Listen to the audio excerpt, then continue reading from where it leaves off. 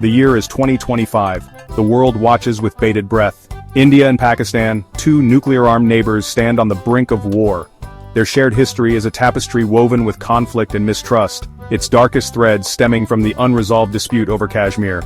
This mountainous region, breathtakingly beautiful, yet tragically torn, has been a bone of contention since the bloody partition of British India in 1947. 2 wars and countless skirmishes have been fought over Kashmir, each leaving behind a bitter legacy of resentment and suspicion. Despite numerous attempts at dialogue and diplomacy, the issue remains a festering wound, prone to erupting with little warning. The line of control, a volatile border slicing through the heart of Kashmir, serves as a constant reminder of the fragility of peace.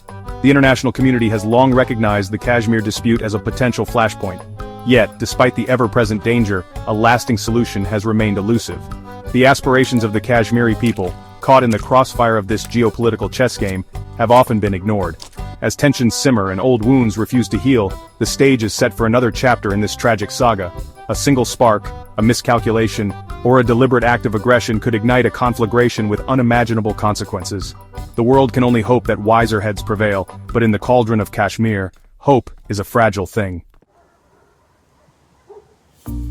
The serenity of a crisp autumn morning in Srinagar, the summer capital of Indian-administered Kashmir, was shattered by an act of unspeakable barbarity. A suicide bomber laden with explosives drove a truck into the heavily guarded headquarters of the Indian Army's 15 Corps responsible for security in the region. The blast, deafening in its intensity, ripped through the military compound, reducing buildings to rubble and leaving a scene of utter devastation in its wake. The death toll was staggering. Over 200 Indian soldiers, many of them asleep in their barracks, were killed in the attack. Hundreds more were injured, some critically. India reeled in shock and anger. The attack was the deadliest in Kashmir in decades, a gruesome reminder of the human cost of the enduring conflict. Fingers were immediately pointed at Pakistan, with accusations of harboring and supporting the terrorist group responsible for the attack. Pakistan vehemently denied any involvement in the Srinagar bombing, calling the accusations baseless and provocative. However, the evidence presented by India, including intercepted communications and the nationality of the suicide bomber, seemed to point unequivocally towards Pakistani involvement. The stage was set for a dangerous escalation. India's response to the Srinagar attack was swift and decisive. Vowing to avenge the deaths of its soldiers, India launched a series of airstrikes on suspected terrorist camps located across the line of control in Pakistan-administered Kashmir. These surgical strikes, as they were dubbed by the Indian government, were intended to send a clear message to Pakistan that it would no longer tolerate its neighbors' support for terrorism.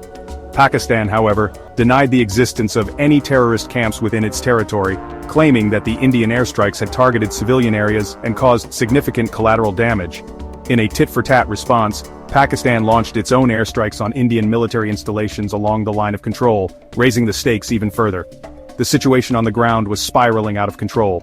Both sides deployed additional troops and heavy weaponry along the line of control, transforming the already tense border into a tinderbox. The risk of miscalculation of a localized skirmish escalating into a full-blown war was terrifyingly real. With tensions at a fever pitch, India launched a full-scale military offensive codenamed Mr.Zooiii, aimed at crippling Pakistan's ability to wage war and forcing it to the negotiating table.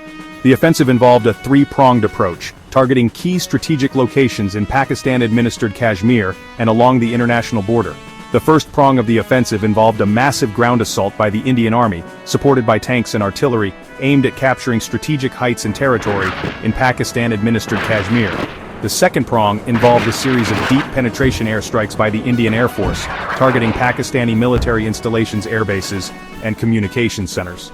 The third and final prong of Mission Sundure involved a naval blockade of Pakistan's port city of Karachi, intended to cripple the country's economy and war-making capabilities.